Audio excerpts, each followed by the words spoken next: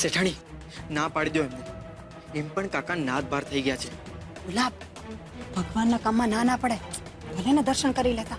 હે ગણપતિ બાપ્પા, આશીર્વાદ આપજો પ્રભુ. આ મારી પાર્ટનરશીપનું જે કઈ કામ છે એ બધું સમૂહ સૂત્રું આમ પાર ઉતરી જાય હે ને એમાં કોઈ વિઘ્ન ન આવે. વિઘ્ન હરતા ને હે શ્રી ગણેશ, તમે મને જે આ વખતે પ્રસાદ આપ્યો છે એ પણ પૂરા 25 કરોડનો. આમાં પાવ મજા આવી ગઈ.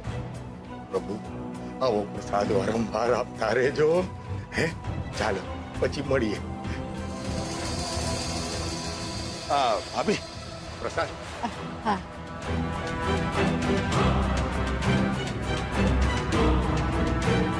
ખાઓ ખાઓ કાકા, પ્રસાદ ખાઓ. અને અસલી પ્રસાદ તો તમને ઘરે જઈને મળશે. હે એકદમ દરવાજા પર.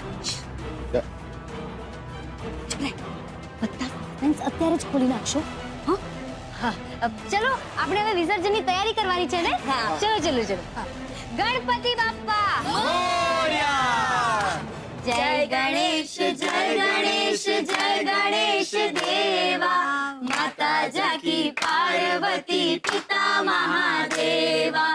જય ગણેશ જય ગણેશ જય ગણેશ દેવા, માતા જાકી પાર્વતી પિતા મહાદેવા. फूल चढ़े फाल चढ़े और चढ़े मेवा, लड्डुअन को भोग लगे संत करे सेवा. गणपति बाप्पा મોરયા! मंगल मूर्ति મોરયા! गणपति बाप्पा मोरया. मंगल मूर्ति मोरया. गणपति बाप्पा मोरया. अरे पकड़ो.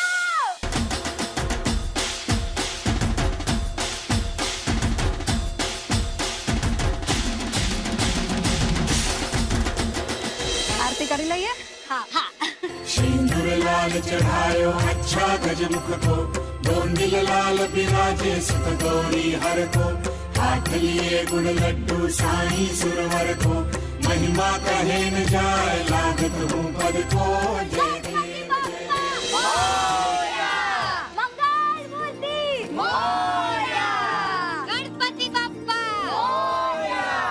मंगल मूर्ति मोरया. કેટલો ગુલાલ ઉડાડે છે બધા.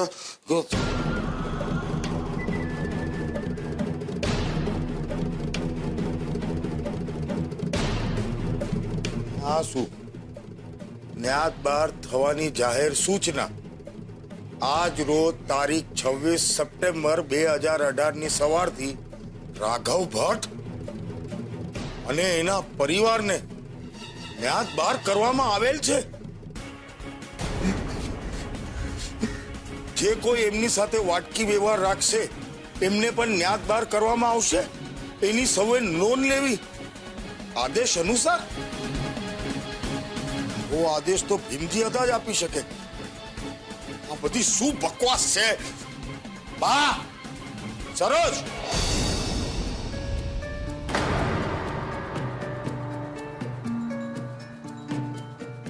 આ શું છે બાર બધું? હા, આ આપણા ઘરની બહાર આ નાત બારનું પાટિયું કોણે લગાડ્યું છે? એ તો ગુલાબે લગાડ્યું છે. હા, પણ ભીમજી અદાના કહેવા પર. અચ્છા, એટલે ત્યાં પ્રસાદ પ્રસાદ કરતો તો મારા કાનમાં આવીને. નાલાયકને બધી ખબર હતી પણ મોઢામાંથી બોલ્યો નહીં. મને તો એ નથી સમજાતું બા કે આપણે તો વળી એવો કયો મોટો ગુનો કરી લીધો કે ભીમજી અદાએ આપણને નાતબાર કરવા પડે એવું પગલું લેવું પડ્યું. અને એ 4 ચોપડી મોઢામાં મગ ભર્યા છે, મોઢામાંથી ફાટ કઈ અહીંયા મારો ધંધો દાવે લાગી ગયો છે. એ તો અદાનું કેવું હતું કે તમે લોકોએ મળીને જે કિંજલને સુશાંત સાથે જબરદસ્તી લગ્ન કરાવવાનો પ્રયત્ન કર્યો તો એ ખોટું હતું. એટલે તમને ત્રણેયને, તમને, બાને, રાહુલને નાતબાર કરવામાં આવ્યા છે. ને ત્રણેયને? હ? ને તને કેમ નહીં? હે, તું કેમ આમ નાતની અંદર રહી ગઈ? તેને તો રાખે જ ને અંદર. હરિશ્ચંદ્રનો અવતાર, વિભીષણની ઓલાદ. પર પગલા પણ મન તો એવું થાય છે ને કે એક ઝાટકે ઓલું નાત પરનું પાટિયું ઉખાડીને ફેંકી દો. પણ અદા તેની હો ચેતવણી આપીને ગયા છે. અરે ખાડામાં જાય અદાની ચેતવણી બા. આ પાટિયું હમણાં ને હમણાં કાઢવું પડશે. જો કોઈએ વાંચી લીધું ને તો આપણે રાહુલના લગ્ન કરાવવા અગ્ર થઈ જશે. તે મને સમજાવવા બેઠો છું તું? મને મારા કાનુડાનું પેટમાં નહીં બળતું હોય?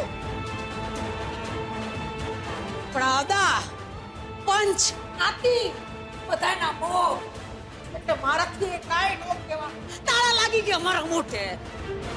કઈ વાંધો નહીં બા. હવે તમારો રગલો પણ કોઈ નાનો માણસ નથી રહ્યો. 25 કરોડની પાર્ટી થઈ ગયો છું. 25 કરોડની. ને હવે માસુક સંઘવીની બરાબરીનો થઈ ગયો છું. આમ ચપટી વગાડતા શોધી નાખીશ કે કોણે ભીમજી અદાના કાનમાં જઈને આ વાત કરી છે. ને જોજો એકવાર ઈ માણસ જો મારા હાથે લાગી ગયો ને તો સાચે કહું જિંદગી ભરી કોઈની કાન ભમેડી નહીં કરી શકે. એ વાયદો છે મારો તમને.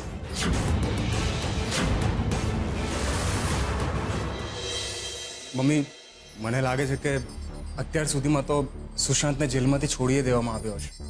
ચલો સારું થયું. મોહનભાઈ અને કિંજલે બહુ સારો નિર્ણય લીધો છે. ને આમે વેર ઝેર રાખીએ કોઈ દિવસ દુનિયામાં કોઈનું ભલું થયું નથી. હવે સુધરી જાય ને તો સારું. જરાય નહીં પદ્મા. કૂતરાની પૂંછડી વાંકી તે વાંકી છે. એટલે અમુક લોકો વાંકા જ હોવાના. ભલે ને વાંકાવે પપ્પા. આવા લોકોને સીધા કરતા પોલીસને આવડે જ છે ને. આ વખતે રાહુલ સાથે પણ એવું જ થશે. રાહુલ? આ બધામાં રાહુલ ક્યાંથી આવ્યો? અરે મમ્મી રાહુલ છે ને બહુ મોટી માયા છે. કિંજલની છાપામાં જે બદનામી થઈ છે ને એની પાછળ રાહુલનું જ તો મગજ છે. એને વિચાર્યું હશે કે દર વખતે ભાઈ છે એમ કરીને ક્યારેક કિંજલ માફ કરી દે છે તો ક્યારેક બા એને બચાવી લે છે. પણ આ વખતે નહીં. આ વખતે રાહુલને લાંબી લાગવાની. રૂપેશ, આ વાત તું આટલા વિશ્વાસ સાથે કઈ રીતે કહી શકે? કારણ કે રાહુલે આ વખતે ભૂલથી સાપના દરમાં હાથ નાખ્યો છે પપ્પા. કિંજલને બદનામ કરવાના ચક્કરમાં રાહુલ એ વાત ભૂલી ગયો કે કાયદાની દ્રષ્ટિએ કોઈ પણ મહિલાનું જાહેરમાં બદનામી કરવી એ બહુ મોટો ગુનો છે.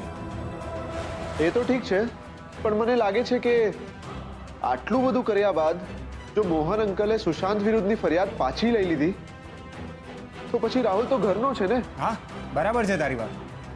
પણ આ વખતે ફરિયાદ કિંજલે કે પપ્પાજીએ નહીં સ્વાદિષ્ટ કંપનીએ કરી છે.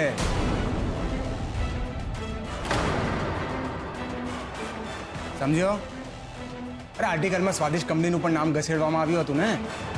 એટલે સ્વાદિષ્ટ કંપની વાળા આ વખતે રાહુલને નહીં છે.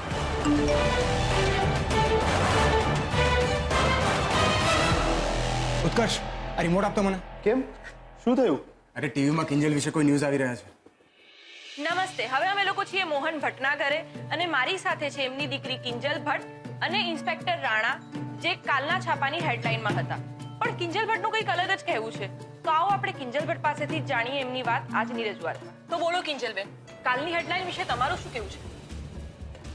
મારું બસ એટલું જ કહેવું છે કે છાપામાં જે કંઈ પણ છપાયું છે એની સાથે હું સહમત નથી.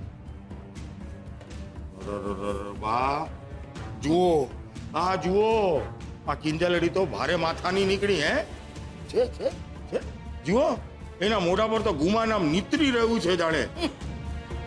છે હે એના ચહેરા પર જરાય બદનામીનો ડર હે શરમ કે સંકોચ કઈ છે? જુઓ મૂકને એની વાત પડતી ભાઈ સાહેબ. મને તો એમ કે હારી નસીબની જ ફૂટલી છે. ના હાડી હાચકની ઝાંસીની રાણી જેવી છે. બોલ જોતો રગલા જોતો કેવી ઠાઠથી ગોઠવાઈ ગઈ છે આમ ટીવામાં આવવા હાટું.